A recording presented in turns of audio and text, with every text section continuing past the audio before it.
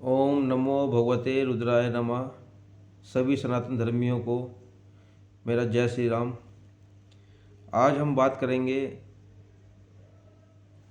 श्रीमद् भगवत गीता यथारूप, जो कि ISKCON temple द्वारा डिस्ट्रीब्यूट की जाती है देश विदेश में।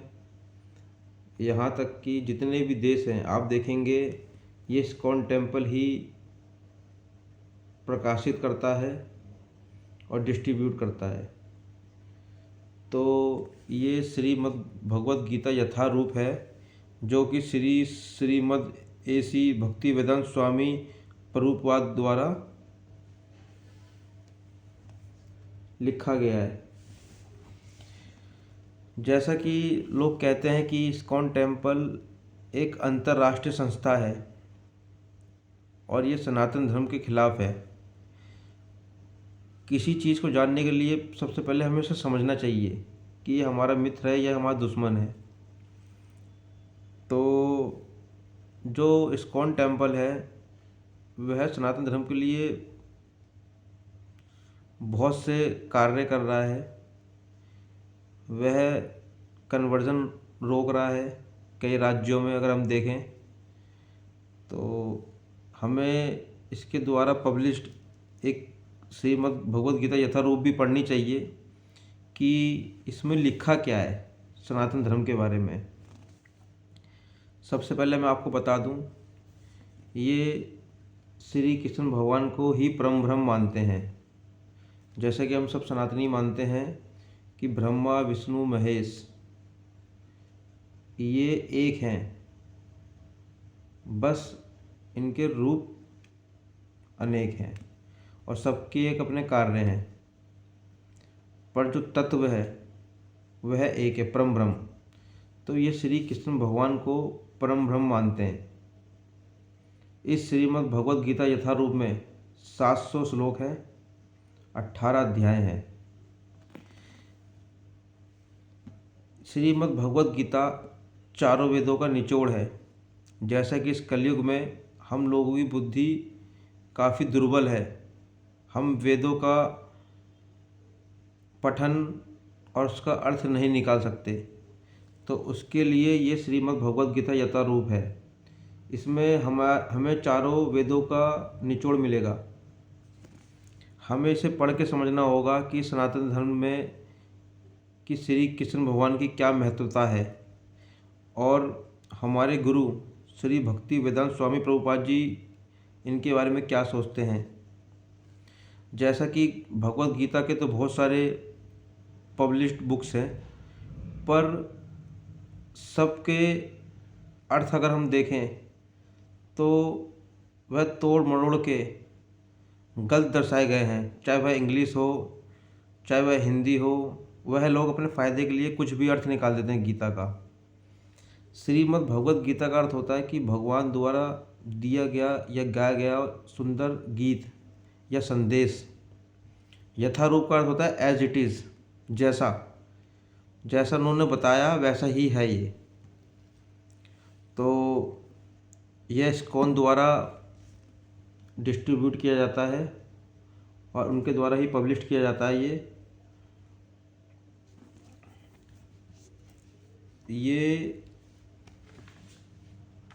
समझने के लिए हमें पहले समझना पड़ेगा कि भगवत गीता में आखिर है क्या। महाभारत तो बहुत बड़ी है, उसका ये एक अंश है जिसमें दिखाते हैं कि जो आज कलयुग में चल रहा है सबका सॉल्यूशन श्रीमद् भगवत गीता में है।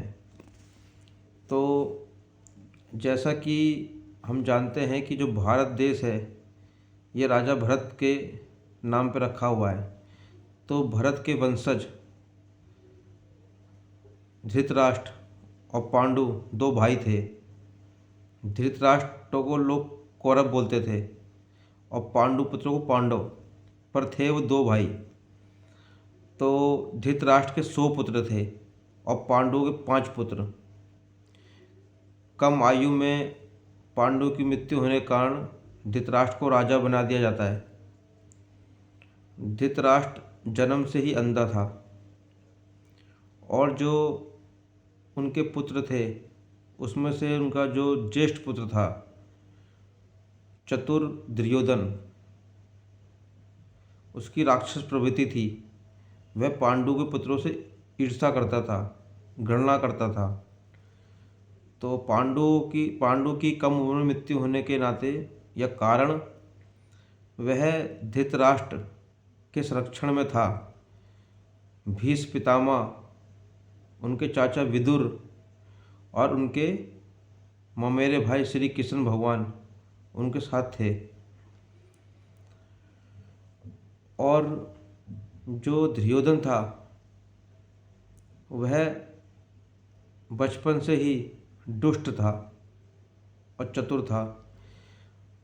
धृतराष्ट्र भी चाहता था कि मेरा पुत्र राजा बने, परंतु जो हक था वह पांडु पुत्रों के बड़े भाई युधिष्ठिर का था कि वह राजा बने।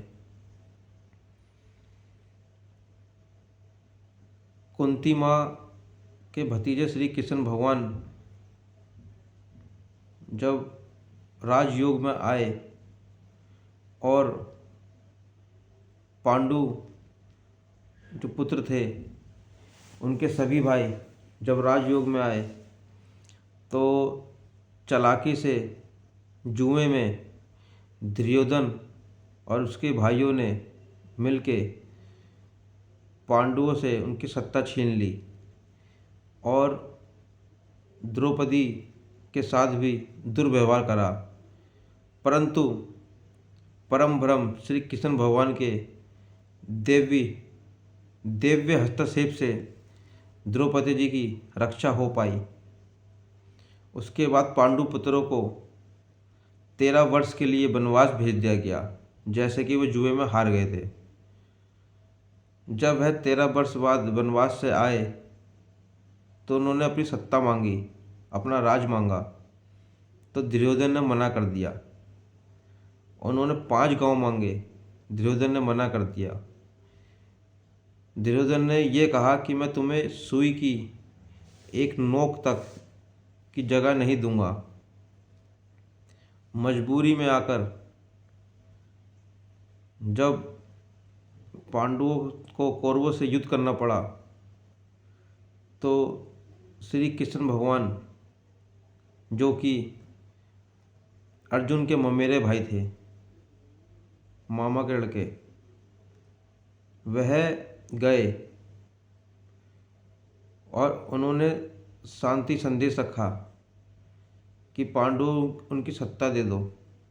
वो भी दुर्योधन ने मना कर दिया। फिर युद्ध होने के लिए कौरव और पांडु एकत्रित हुए। तो उसके आगे जो भी उनके बीच का संदेश है वह इस श्रीमद् भगवत गीता यथा रूप में लिखा हुआ है। इसमें बताया है स्वामी जी ने कि सबसे पहले कृष्ण जी ने भगवत गीता यथा रूप का संदेश सूर्य देवता को दिया था। बीच में वो क्षीण हो गया था। उसके बाद फिर वह अर्जुन को ये संदेश देने आए। तो ये बहुत ही पवित्र पुस्तक है श्रीमद् भगवत गीता यथा रूप। और मैं सभी सनातन धर्मी भाइयों से बोलना चाहूँगा कि पहले आप इस पुस्तक को पढ़िए और देखिए। इसमें भक्ति भाव, कर्म, सब कुछ है इस पुस्तक के अंदर। तो श्रीमद् भगवत गीता यथा रूप का आप पठन करें। उसके बाद आप तय करें कि जो इस्कॉन है वह विदेशी संस्था है या हमारे सनातन धर्म की एक बहुत बड़ी शाखा है जो कि कई देशों में मंदिर खोल रहा है। कई जो दूसरे धर्म के लोग हैं जो भटक रहे हैं, जिन्हें पता ही नहीं है कि धर्म है क्या, उनको सनातन धर्म में ला रहे हैं। तो ये परम ब्रह्म श्री कृष्ण भगवान का गीत है, उनका संदेश है। हम सभी सनातन धर्मियों को ये पढ़ना चाहिए इस कलयुग में। तो इसके आगे जो भी मैं समझूंगा आपको ज़रूर बताऊंगा नेक्स्ट वीडियोज़ में। तो सभी भाइयों को हर हर महादेव। ओम नमो भगवते रुद्राय नमः। जय महाकाल।